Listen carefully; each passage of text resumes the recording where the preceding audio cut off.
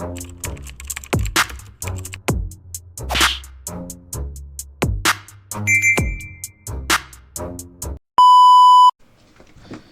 what's up mga kumag, I'm back, ang inyong online judge, walang iba kundi Judge Jinan. Okay guys, ito na yung last na battle review natin sa first round ng Isabuhay 2014 or Isabuhay 2. So may question lang ako sa inyo kasi ito yung mga tournament na hindi ko pa naabutan. So may question lang ako sa inyo kasi baka alam nyo yung kwento or yung story na itong battle na to. So nasabi kong classic to kasi syempre alam naman natin na 2013 Isabuhay o yung unang-unang Isabuhay si Aklas yung nagkampiyon. At sa pangalawang 2x2 naman na 2013 ginanap. So Team SS yung nagkampiyon ng 2012 at Team Iron naman yung nagkampiyon sa 2x2, 'di ba? Yung 2013. So basically champion versus champion to, 'di ba? Kasi Aklas Isabuhay champion, LB isa or kalahati ng Team Iron, no? Kampi niya si Fruz, 'di ba? So champion versus champion in recess in recess ba or something. So sabi ko ang tanong ko lang sa inyo, bakit 10 days prep lang, no? Na sabi ni Arik dito 10 days prep lang sila parehas. So ano to, may dapat bang kalaban or hindi ba dapat sila yung kasali dito? 'Di ba? So kasi sabi ni Arik silang dalawa parehas, 10 days prep lang silang dalawa parehas. So ibig sabihin, sa pagkakaintindi ko, ibig sabihin si LB at si Aklas hindi sila dapat kasali dito. Dapat may dalawang MC na maglalaban dito sa huling bracket. Pero since hindi available yung dalawang yun, sila yung pinalit within 10 days. Within 10 days, no? So yun yung pagkakaintindi ko. Kung hindi naman, inform nyo ako sa comment section kung ano yung story. Kung si Elvis ba is kasali talaga or si Aklas ba is kasali talaga tapos replacement na lang sila.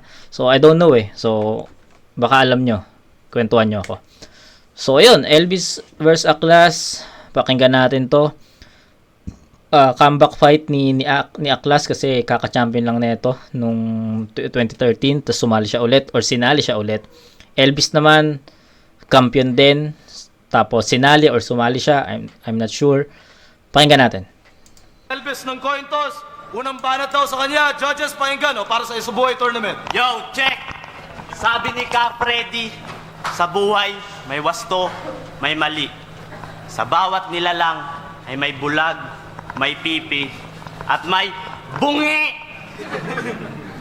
Isang payak na pambungad para sa mapanlinlang na katunggali. Aklas, tunog malawak na aklat, ganun magkunwari.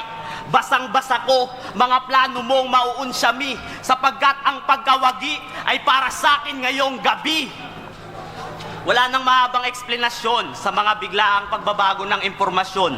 Ang aking desisyon na harapin kay aksyon na nagpapakita ng aking pasyon sa kultura at tradisyon.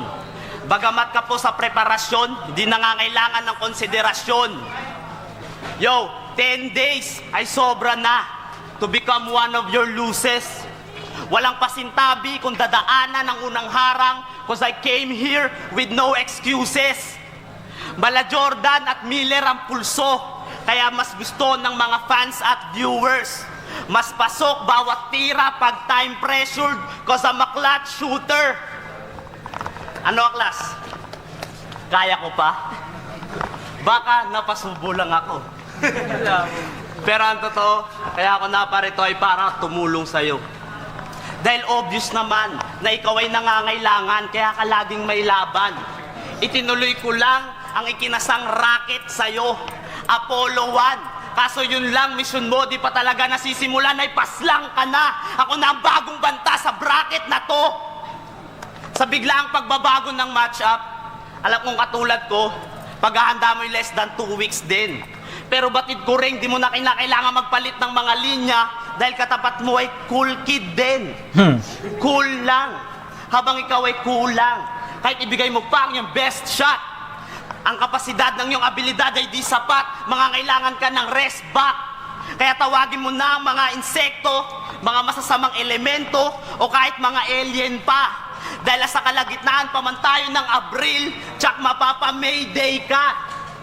Mayday, Mayday, sa maulap kong kaalaman na malabo mong malampasan, kaya ang tendency ay maglaho ka na lang bigla parang Flight 370. Yo, bawat punchlines ko ay parang suntok ni Iron Mike sa Carl the Tooth Williams na to. Malabong masalag. Kaya round 1 pa lang ng tournament, tsak knockout ka na agad. Kasi kung inaakala mong siswertihin ka gaya ng unang isabuhay, aklas nagkakamali ka. Kung bakit naka-line up na naman tong kumag na to ay talagang kasalanan na ni Enigma. Enigma, ano ba naman yan? Niloloko mo ba kami? Kasi yung ginawa mo sablay. Magpapangalan ka ng tournament na isa buhay tapos magsasali ka ng mukhang bangkay. Pero yung strategy na yan, gets ko na yan. Kasi si Aklas kahit pa paano nakakahatak din ng views. Dahil sa tuwing bumabattle siya, para lang tayong nanonood ng The Walking Dead. And now on Season 2. Tayo muna banat kay Aklas, pakinggan. Okay, so based sa narinig ko kay Elvis, replacement siya, no? So ako na rin yung sumagot sa question ko sa inyo kanina. So si Aklas, which is kasali talaga siya, pero si Cool Kid nga daw yung kalaban. So di ko pa siya kilala, no? I'm not familiar with him. Di ko siya kilala, tol. So kaya naging 10 days prep to kasi si Elvis, siya yung naging replacement within 10 days. Then si Akla, syempre, magsusulat din siya ng bago para kay Elvis. Kaya naging 10 days prep. Okay, so base yun sa lines ni Elvis. Okay, so hindi nyo na pala kailangan sagutin yung question ko. So, pero ayan, sige. Feel free to comment. Lagi ko naman yan pinapansin. Lagi ko binabasa yan. Okay? So, yun. Since 10 days prep, hindi na ako mag-expect dito ng maraming punchlines, maraming haymakers. Nakalagay naman, naka-indicate naman na 10 days prep. So, let's assume na magiging plain talaga yung mga banat nila dito. Pero syempre, kung may maririnig tayong solid na linya, props doon, no? Plus points yun. Pero basically, sa round 1 ni Aklas, maganda yon, no? Maganda yung pagkakatahi niya.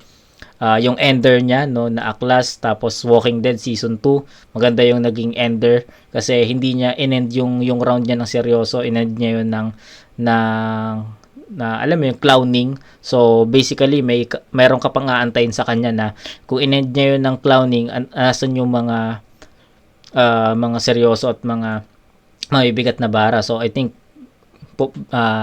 tawag dito, meron pa sa round 2. So ay alam mo yun, naging kaabang-abang yung round 2 ni Elvis kasi hindi niya nga kinlose in a serious way. Pero yung content ni Elvis, yung pagiging technical niya, yung mga laro niya dun sa content niya, pasok yun. Pero ang pinaka tumatak sa akin is yung kung paano niya kinlose yung battle. And yes, plus factor yun sa akin. And the class, pakinggan natin. Yun lang muna. Sabi ko kasi I'm not expecting strong haymakers, punchlines dito since 10 days prep lang. Pero if may maririnig tayo, props na lang dun. Okay? Gano'n sa buhay tournament. Yo! Boss, balita.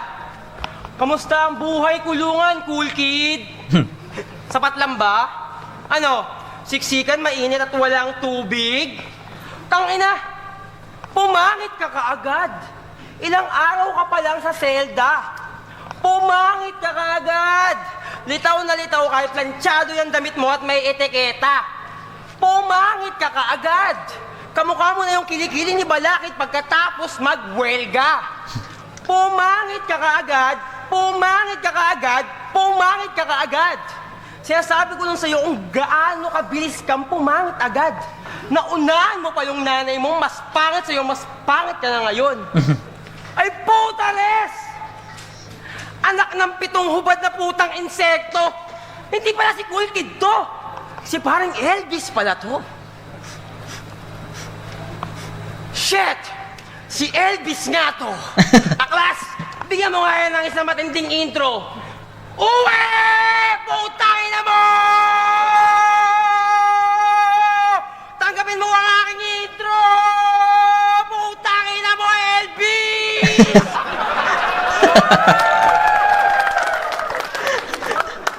Di ba ikaw yung kakambal ni Bruce Monster Inside?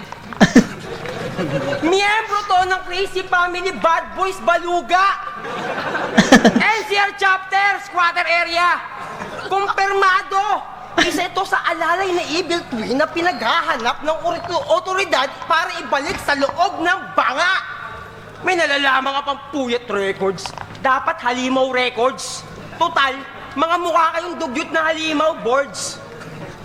Pangalan mo pa ng Elvis? Wala nang dating. Nakakatanga.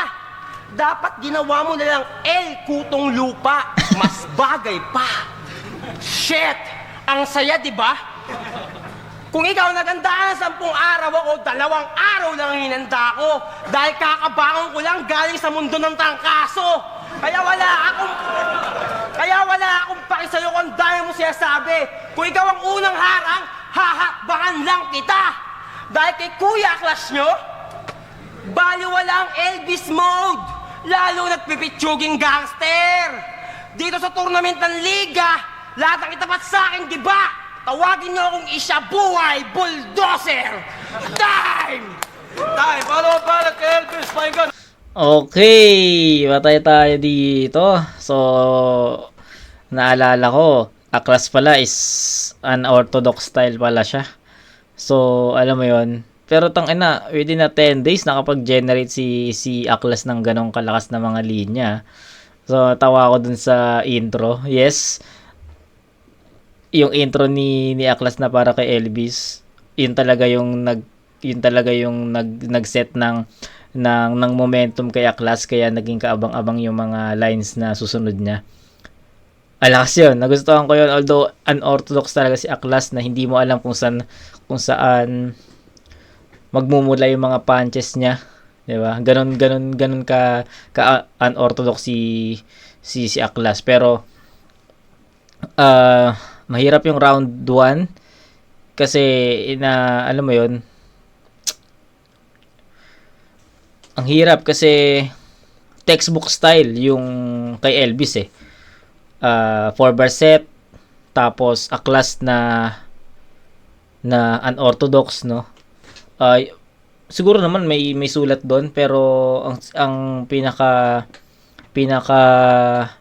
edge kasi ni Aklas dito is yung kahit na hindi magkaka-rhyme is nadi-deliver niya ng maayos, kasi nga yung kung paano niya i-perform yung mga ganong lines, 'di ba? Nagko-complement kung ano siya sa stage or kung saan man, ko-complement So, mahirap yung round 1, pero I think I will tie.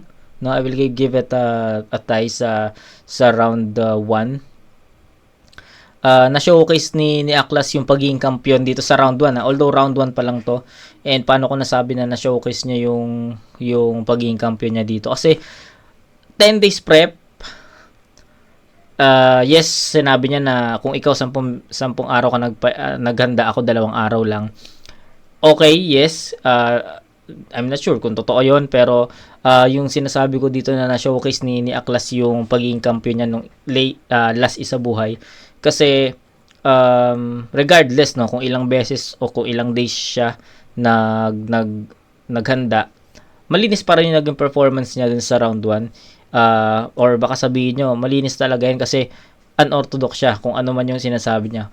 Oo, may ganong part, pero mararamdaman mo naman kung nawawala si Aklas kung nawawala, kung nagkakaroon siya ng stutter sa round niya, kung may freestyle ba doon, masisingit mo yun or ma-feel mo yun Pero sa round 1 ni Aklas, although inispit niya yung ibang lines niya para kay Cool Kid, naging dragging yun kasi ang pangit mo na pala, yung ang bilis mo pumangit, something ganyan, naging paulit-ulit, naging dragging yun. Pero after nung intro niya, yung pinaka-intro niya na classic Aklas, doon na nag-start na yung momentum ni Aklas at naging kaabang-abang na yun.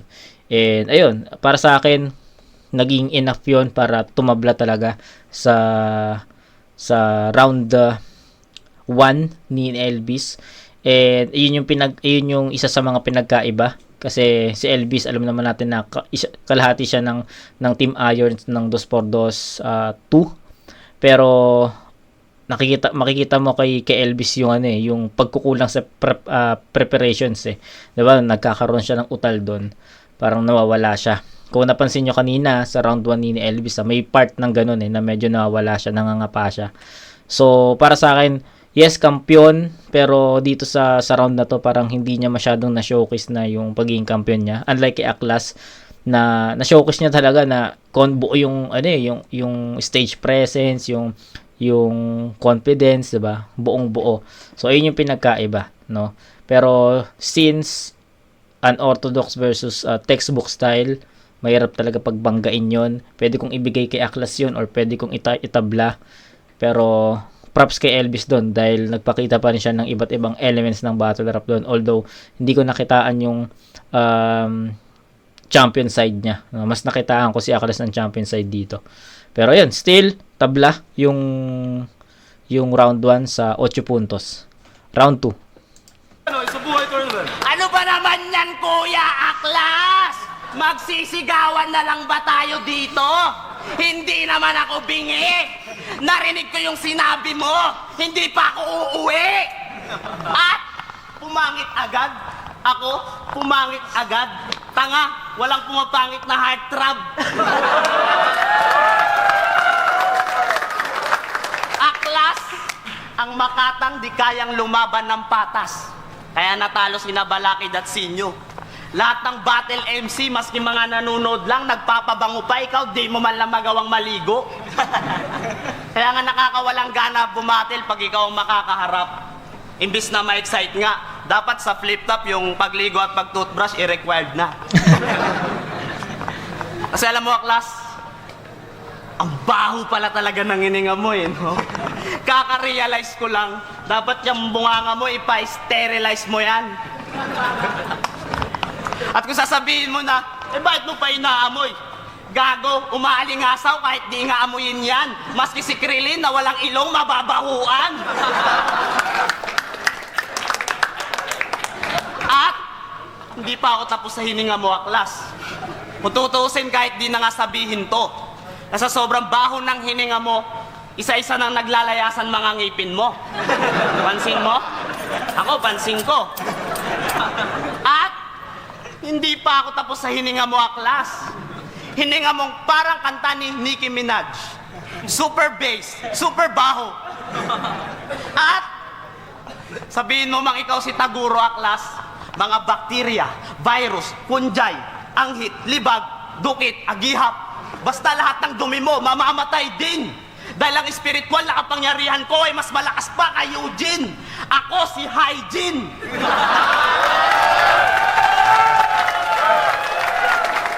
Tapusin, tapusin, tapusin. Tapusin. Tapusin mo na siya, Hygiene. Tapusin, tapusin. Tapusin. Magpapakulo ako ng 10 ml Listerine na may halong 30 drops ng astringosol. Lalagyan ko ng 16 tablespoon ng tawas na tinunaw sa isang tabo ng alcohol. After 30 minutes ng pagpapakulo, papalamigin muna natin yan bago ipamumog dito sa adik. At pag di pa rin tumalab yan, pukin ng ina mo, Aklas, papainumin na kita ng muriatic acid. Tang ina mo, naubos oras ko sa hininga mo lang, Aklas. O sige, para maiba naman tayo. Gusto nyo ng real talk? Para maiba, real talk. Ang baho ng hininga ni Aklas! Yo! Ang baho ng hininga mo. Okay ng ina. May isa pa pala akong real talk. Gusto nyo pa? Ako rin gusto ko pa. Rap skills namin ni Aklas ay malayo ang agwat. Plano mo ay papalpak pagkat ikaw ang babagsak. Bigla ang pagkaharap natin iyong pagkasadlak. Di ka makakaabot, bilisan man ang pagpadyak. Di mo kaya yon. Kahit ginamit kong flow basic na to, it's pang-akapela ka lang talaga dahil mga rap mo off-beat. Malaki ang pagkakaiba natin, Aklas, dahil karunungan kong taglay, di mo masasaklaw. Kaya matatakot lang ako sa'yo kung kamukha mo ka Manny Pacquiao. Dahil sabihin na nga nating insekto ka, hindi nakakamatay mga bites mo. Yelo, lang katapat niyan parang ngipin ni Saito. At bakit nga ba to laging may laban? Anong sa palagay nyo?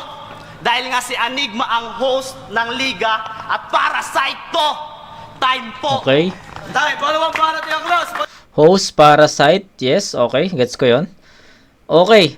May choke si Elvis doon. Or sabihin natin may konting stutter siya doon. Nag-pause siya doon. Nawala siya doon ng konti. So, yun. I think yung battle na to is as a whole na lang siguro. Kasi umikot sa isang angulo si Elvis. Yung about dun sa hininga. Something. Naging mahaba talaga yung setup niya doon. Naging mahaba yung paggamit niya sa angulo na yon. Nasayangan ako doon kasi alam ko kaya niya pang mag-generate ng iba't ibang mga angulo. Hindi lang para doon. Pero since 10 days prep, kailangan natin i-consider yon na parang gahol na nga sa oras. Kailangan talagang maging creative na lang sa isang angulo. Pero sa part na yon is hindi ko pa rin nakitaan ng pagiging creative si Elvis dun sa angulo na mabawing hininga, something ganyan. Kasi sa mga past battles ni Aklas malamang nagamit na yun di ba? So hindi ko nakita in a creative way yon kasi for sure Isabuhay 2013 nagamit na yun, no? Although di pa natin na re-review yun, pero I'm expecting na doon sa battle niya, doon sa run niya doon sa Isabuhay 2013 is nandun yun.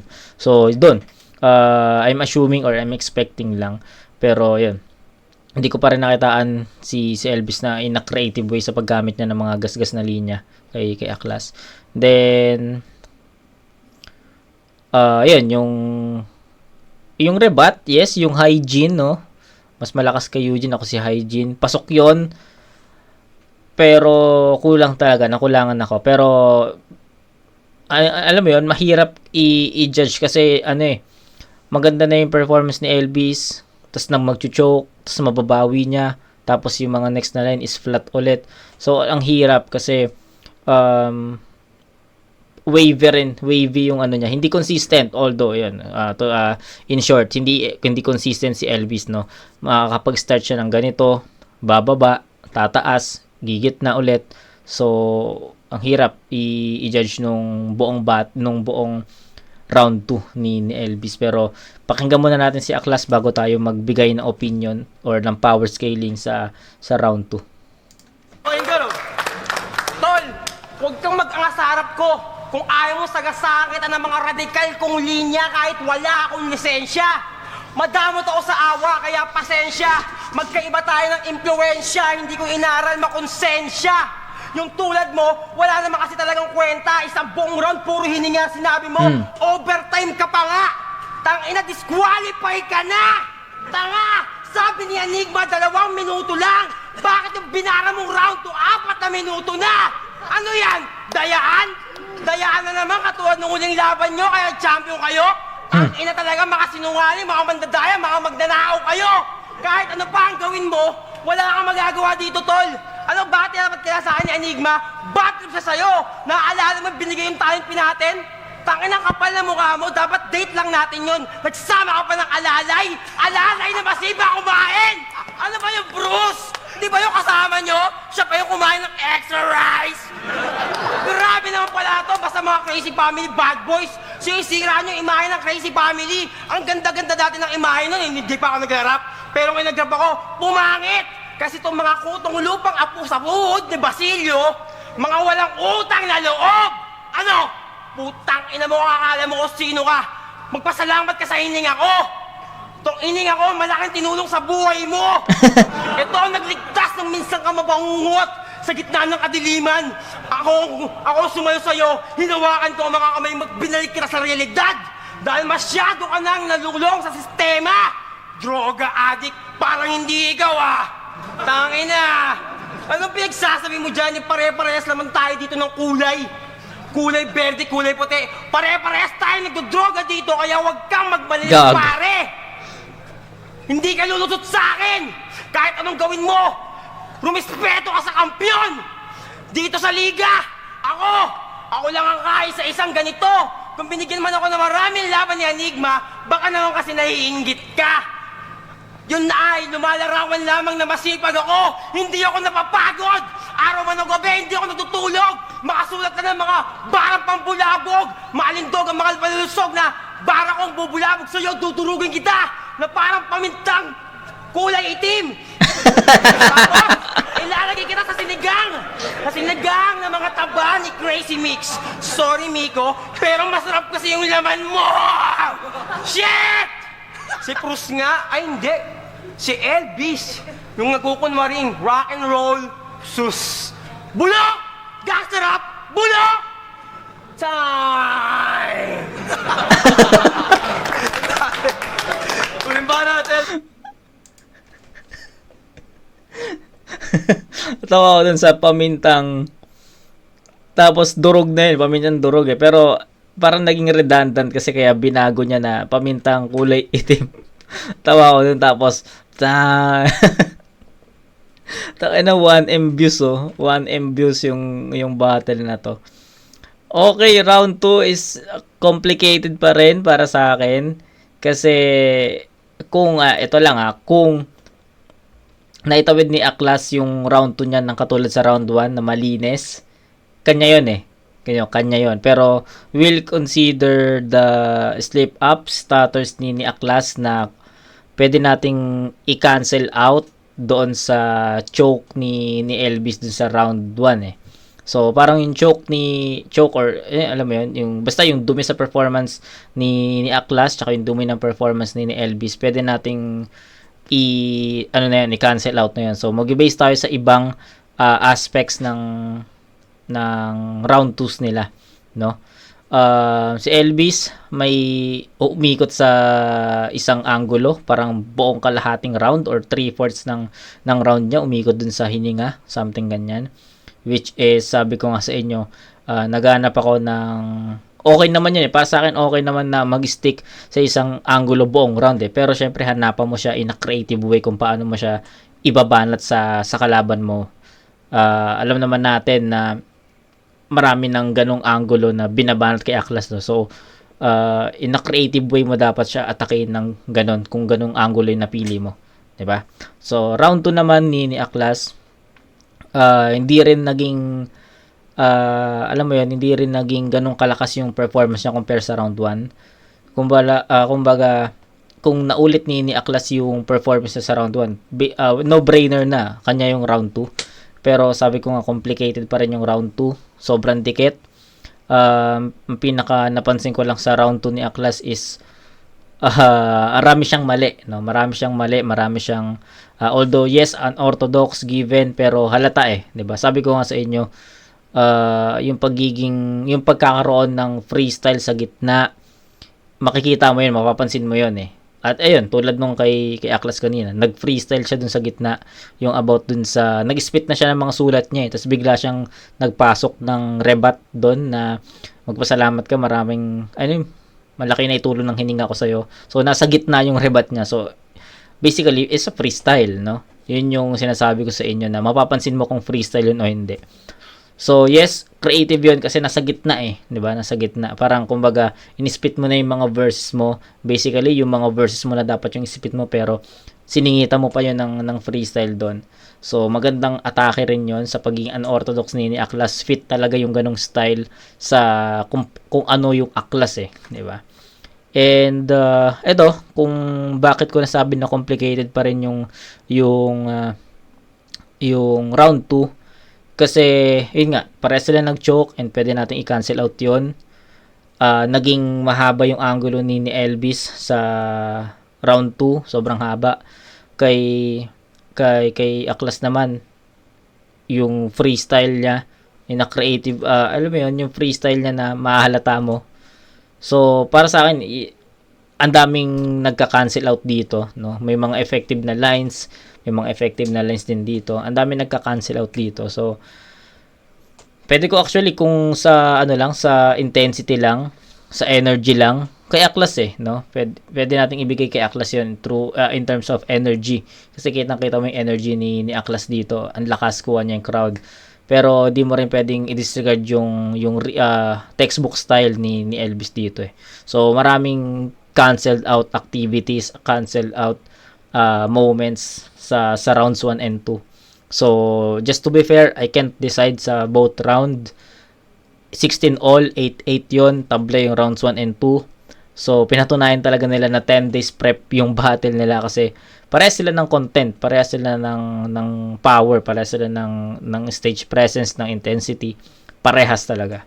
So, ito, tignan natin sa round 3 kung magkakaroon talaga ng deciding round. Kasi first 2 rounds, I can't decide talaga. Parehas sila doon na nagka-cancel out ng mga moments or ng mga baon or bala nila sa isa't isa. Round 3, hoping na magkaroon na tayo ng malinaw na pagtansya dito. Elvis, pakinggan. Yo, nakakabato. Nakakabato ka nga, Aklas, pero di ka naman nakakatama.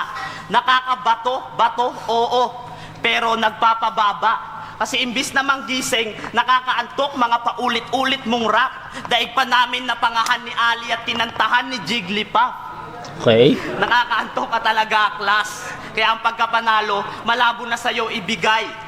Wala namang katuturan yung mga pinagsasabi mo, masyado ka lang nag-iingay. Sa matchup natin, ako lang naman talaga ang hinihintay. Dahil nakakasawa ka na raw panoorin, parang mga dinab na palabas sa TV5. At ang kaabnormalan mo, Aklas, abnormal na. Wala nang therapy na kakayanin ng case niyan. Sa sobrang kaabnormalan nga ng pagka-abnormal nito, pinalaman niya sa tinapa yung CD ng pelikulang Space Jam. Gago. Kasi nga, galactic hip-hop daw siya. Pang outer space, mga rap niya.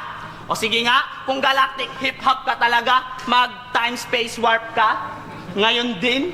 Pero baliwala yung pagiging galactic hip-hop mo kung mga tira naman ay supot. Baliwala yung pagiging galactic hip-hop mo dahil katapat mo ay astronaut. Bali-baliwan lang naman kasi tong kumag para kunwari unique.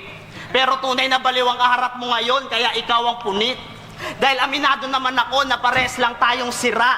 Subalit ikaw yung wasak at gahak. Habang ako sira, ang Panginoon ng araw na dama ngayon ng lahat. Sa init ko'y nalapusin ang iyong balat, pero tsak matutuwa ka pa na masunog sa baga ng rap ko dahil nga sunog baga ka. Nagmumukha ka lang dalagitang birhen. Ay, malakas to. Sa pagtira sa'yo, meron akong license. Pupunitin ka ng mga bars kong parang rumaragas ang tite dahil ikaw ay high men.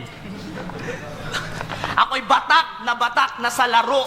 Sa pangalan ko, maraming nakapusta. Ikaw, bata ka ng bata, kaya wala pa magdesisyon ng mga hurado. Ikaw ay loose na.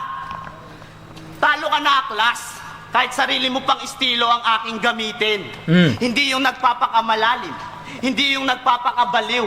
Kundi yung hindi ka nagra-rhyme. Dahil kung di nyo napapansin, nakapag-freestyle nga si Aklas. Pero hindi naman nagtutugma kada linya. Patay. Bobo, hindi yun matatawag na rap. Akala mo basta may masabi ka lang, okay na yun? Gusto mo, freestyle tayo, yung walang rhyme. Kung sino ang mag-rhyme ay yun ang matatalo. Ang bobo mo kasi, Aklas. Kaya sinasabi mong magaling ka, buong-buo mo yung kakainin. Dahil sino ba ditong maniniwala na magaling ka, mukha kang ang sakitin. At ito na ang last rhyme ko. Pagkatapos ito ay tsugi ka na. Dahil pauwiin mo man ako sa last round mo, uuwi na talaga ako kasi uwian na. Dahil muling banat ni Aklas. Pakinggan. Tangay na, Enigma! Patay. Patay sa round 3, kinorner ni Elvis. No, para sa akin kinorner ni Elvis yung style ni Aklas at malaking dagok 'yun, malaking angat 'yun sa round 3 ni Elvis. Solid yung round 3 ni Elvis. Ayun siguro yung pinakamalakas na round ni Elvis na narinig ko sa buong battle na to. Kasi in-expose niya si Aklas no? In-expose niya yung style ni Aklas na hindi nagra-rhyme. Nakakapag-freestyle si Aklas pero hindi nagra-rhyme. Tapos minak niya pa yun na gusto mo freestyle tayo. Yung mag-rhyme, talo. Diba? Tapos kung, alam mo yung kinikain ko lang niya si Aklas dito. Tangina, hindi niya nire-respeto yung kampiyon dito. Yes, although kampiyon din si Elvis dito. Pero ito, grabe yung round 3. In-expose niya si Aklas, yung style niya, yung pagiging unorthodox. Props doon, Elvis. Nakuha mo yung atensyon ko doon, nakuha mo yung punto na gusto kong marinig laban kay Aklas. Nagustuhan ko yung round 3 ni Elvis. Dahil pauwiin mo man ako sa last round mo, uuwi na talaga ako kasi uwian na. Dahil mo ng banat ni Aklas. Pakinggan. Tangina, Enigma, ano ba to? Sabi ko yung medyo matured naman, yung mga reference pang bata na pag-aalatang elementarya ka palang dodong. Tangina mo ka, day off mo ba ngayon? Ba't nandito ka sa laptop? Tanginang tarantadong to. Feeling mo naman, kaya mo ako, hygiene? Tangina, sa sobrang baho ko, hindi ako kaya ng hygiene mo. Ikaw ang aking tatapusin. Tatapusin hanggang sa panaginip mo. Akala mo tapos na yung laban natin pagkatapos ito? Tangina, gugulping kita sa labas ng mga freestyle ko! Hindi kita tatantanan! Papaluin kita hanggang maging gold bat yung pagmumukha mo! Ay, gold ball! Yung butas-butas parang mukha niyo yung tamad! Yung maraming prutas! Dito sa flip-top, ako lang nag-iisang ganto. Oo, nakapag-freestyle nga ako nang hindi nagtutugma. At least hindi ako nag-choke. Hindi ko naman talaga asam magtugma. Hindi naman porket hindi ako nagtutugma, hindi na ako nag-rap. Binabali ko lang ang mga nakagawian yung sistema. Iniiba ko, pinapakita ko sa inyo may ibang klase pa ng rap. At ito ang Galactic Hip Hop. Yan ang matututunan niya pag pinakinggan niya yung mga album ko, EP ko, mixtape ko. Tangina, kung gaano karami laban ko, gano'n rin karami yung mixtape, EP, album na nagawa ko. Eh ikaw, ano napunta sa premyo mo? Wala ka man lang nagawang musika? Putang ina mo! Bumalik ka na lang sa high school! Total, mukha ka namang high school! Mukha kang estudyante nagkakating na high school! Kaya nga gumaling ka ng ganyan eh! Kasi hindi ka naman pumapasok sa eskwelahan! Tapos lahat ng mga sinasabi mo, search mo lang yan sa sa internet, kagaya ni Click G, mga ganyan-ganyan, mga hyperlink na yan. Hindi mo naman alam yung kahulugan ng mga pinagsasabi mo! Kasi isang tambuhalang hipokrito! Ang pangit ng pagmumukha mo! Alam mo ba nung pinanood ko yung mga video mo? Putang ina, na bad trip ako, inaway ko yung asawa ko! Ang pangit kasi ng video mo! At ito na ang huling laban mo. Dito. Dahil pagkatapos ito, wala ka na, patay ka na. Yung girlfriend mo, yung Mars, sa akin na yung boards! Kakantot-kantotin namin ni Sayad yun! Sayad, handa ka na ba? Ito yung bagong gangbang! Sasama ko pa yung balo na sinigo sa gapo! Sasampal-sampalin pa kita ng titi ni Batas! Batas, handa ka na ba? Sa Dubai ka? May pasalubong ako sa'yo! Napakaganda ng puki ng girlfriend ito. Nakita ko kagabi, sinilipan ko eh. Kaya may hindi mo, putang ina mo, papatikimin kita ng mga ibang klase ng pas ng mga litanya. Ako'y palang paris ang palakol. Hati-hatiin kita sa pira-piraso. Hiway-way-way-way-way-way-way-way-way-way-way! Sabog-sabog! Time! Uwi! Tapusin si Hygiene! Tapusin!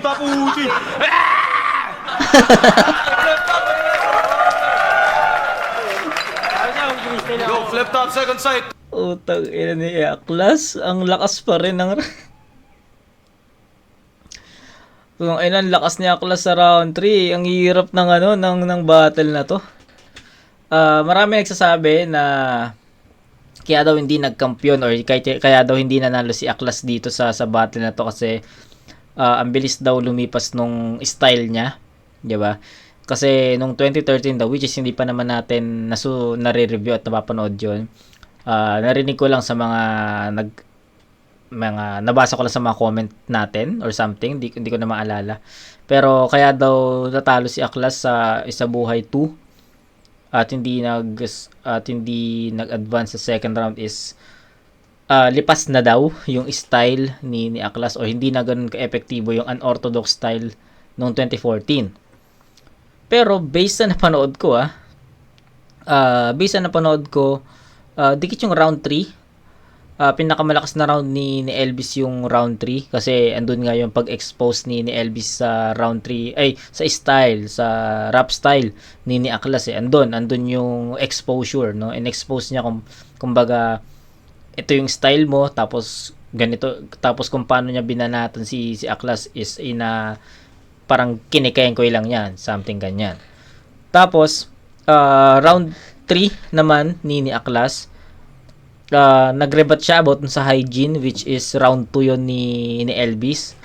Tapos ano pa yung pinakita ni Aklas dito, yung dinefend niya, no? Dinefend niya yung pagkakaroon niya ng walang rhyme, na kapag freestyle ako ng walang rhyme kasi binabali ko yung sistema. So dun sa punto, alam mo yun, na although yes, hindi naman ganun niya na-defend yun, o hindi naman niya ganun na-rebat yun, pero may handa siya no? May handa siya dun na panlaban sa kung ano man yung sasabihin ng kalaban niya about dun sa pagiging unorthodox style niya na walang rhyme, no? So nagulat ako doon na may bala si Aklas about doon.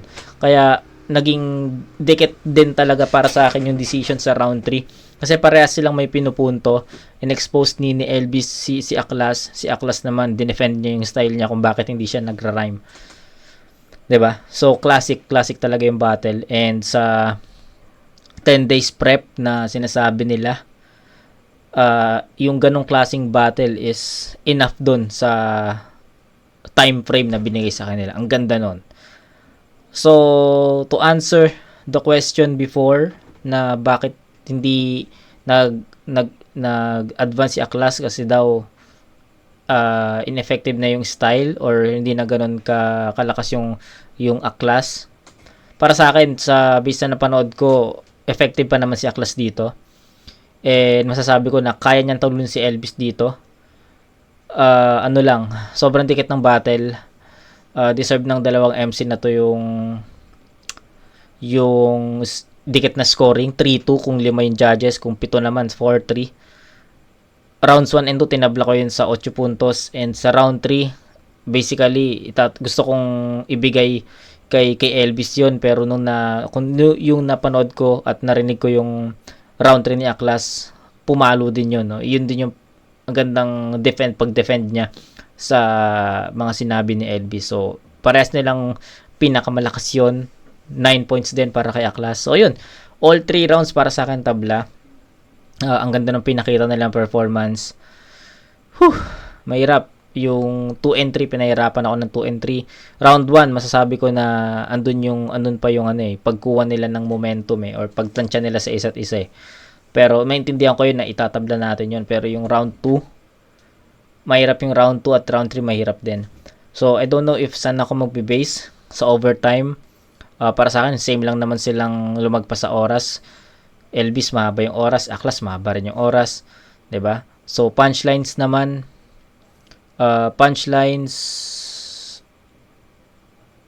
ano ba? Sa punchlines kasi mas sumusuntok si Aklas. Para sa akin, mas sumusuntok si Aklas, mas kumokonekta si Aklas.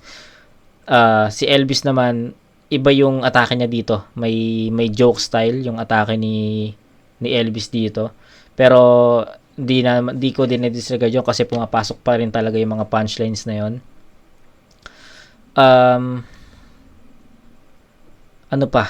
Overtime, pwede nating i-cancel out yun. Haymakers, may pares silang may haymakers, no? Pares silang gumagawa ng ingay through punchlines. So round 1 talaga, overall talaga yung judging, kahit mag-zoom out tayo, tignan natin yung both round 1, 2, 3. Mahirap to. So, di ko nakala na aabot tayo ng 43 minutes kasi 23 minutes lang yung video. So, ang hirap mag-decide sa battle na to. Buti na lang ito yung pinaka-last na na-review natin sa first round ng Sa Buhay 2014. Mahirap mag-vote sa dalawang MC na to. It's style clash diba? Textbook style, 4-bar setup, 2 line every 2 lines, ano pa? Jokes, effective direct na linya. Kay Aklas naman unorthodox, freestyle sa gitna, rebat sa gitna, at effective pa rin talaga ayokong basta-bastang bumoto, no? Ayokong sabihin na sige, boto ko kay Elvis. Pero gusto, alam niyo naman yan kung nakasubaybay kayo sa channel ko. Ayokong bumoto ng walang dahilan, no? Ayokong bumoto ng walang rason. So ang hirap pa bumoto sa ngayon, no? Pwede kong iboto si Aklas, pero gusto ko ng may maayos na explanation na mako-convince ko rin yung sarili ko. Pwede ko rin iboto si Elvis na, yun, kailangan ko rin ma-convince yung sarili ko na panalo si Elvis doon o panalo si Aklas doon. Umahanap pa ako ng mga ibang elements or ibang angulo na pwede natin pag-judge or pwede nating pagbasehan sa pag-judge ng battle na to. So, ayun. Linis ng performance, parehas naman sila may mga poses, 'di ba? May slip-ups din si Aklas, si Elvis meron din, especially sa round 2. Haymakers, parehas silang may haymakers, yes, 'di ba? Parehas sila, kita-kita naman yung haymakers na ginawa ng dalawa. 'Di ba? Pasok talaga. Punchlines, actually jokes kasi yung pinanglaban ni Elvis eh. Tapos kay Aklas naman is yung may mga jokes din, pero mas creative yung mas creative yung round ni Elvis. So ayan, parang unti-unti meron na akong napupusuan dito sa battle na to. Effective si Aklas para sa akin, effective din si Elvis para sa akin. Writtens, syempre Elvis yan, naka-written format si Elvis eh. Si Aklas kasi may writtens pero may konting pasok talaga ng halata mo doon na may freestyle. Ano pa? Ang hirap eh, kahit mag-zoom out ako, hindi ko makita kung sino yung panalo sa battle.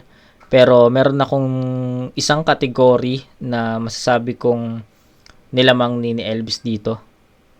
'Di ba? So syempre yung pagkakaroon niya ng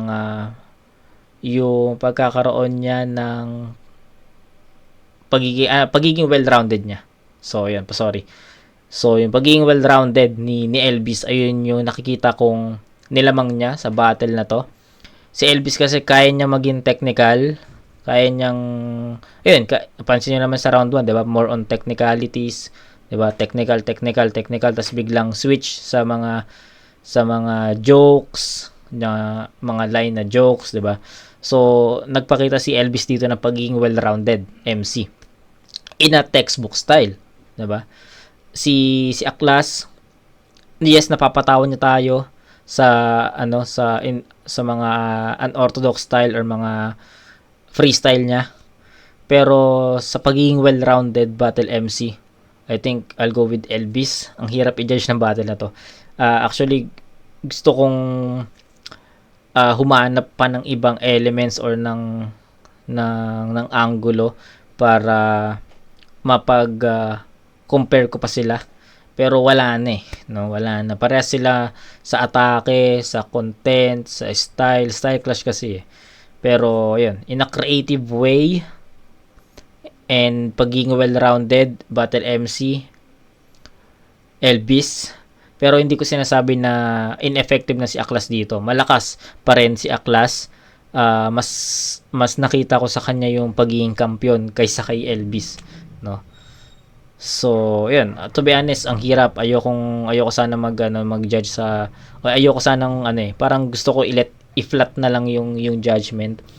Pero, I need to choose who won for me.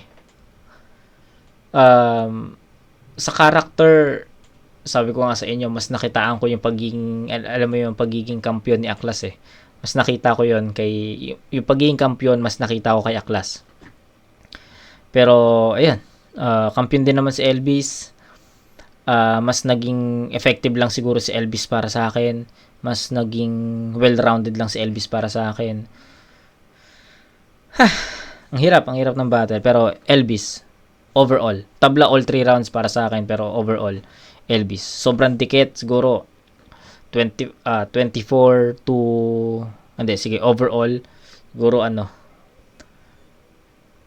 95 to 94.5 or 94.8. Ganun lang kadikit yung battle para sa akin. I need to choose lang eh. So, ayun, and para sa akin, pag pinili ko kasi si Elvis, may explanation ako na mako-convince din pati yung sarili ko. Pag si Aklas kasi yung binoto ko, an explanation. So, ayokong bumoto ng ng isang MC na wala akong i-explain. So, ayun. Pag alam mo, si Aklas yung binoto ko, Aklas yung panalo para sa akin. Saan siya lumamang? So, wala akong explanation doon. Unlike kay Elvis na kapag sinabi ko si Elvis yung panalo dito, andun yung explanation na kaya ako binoto si Elvis kasi nga mas well-rounded, mas napakita niya yung iba't ibang elemento ng battle rap. So, yan. Elvis. Isubuhay 2 tournament, yung laban na yun, Aklas versus Elvis, 10 days preparation lang. Magingay ulit para sa uling laban ng gabi at para sa laban na yun. Shoutout sa kanil, pareho-parehong kampiyon nung Isabuhay at 2x2. Ang boto, 5-0 para kay Elvis. To, na 5-0. Hindi ko na-expect na 5-0 pero tangina deserve ni Aklas na may boto doon. 3-2 ang deserve talaga na score do para sa akin, 3-2. Alam mo yun, either way. Pero yun, Elvis wala na tayong magagawa pero sayang to para kay Aklas. Tangina sayang talaga. Pero yun, Elvis.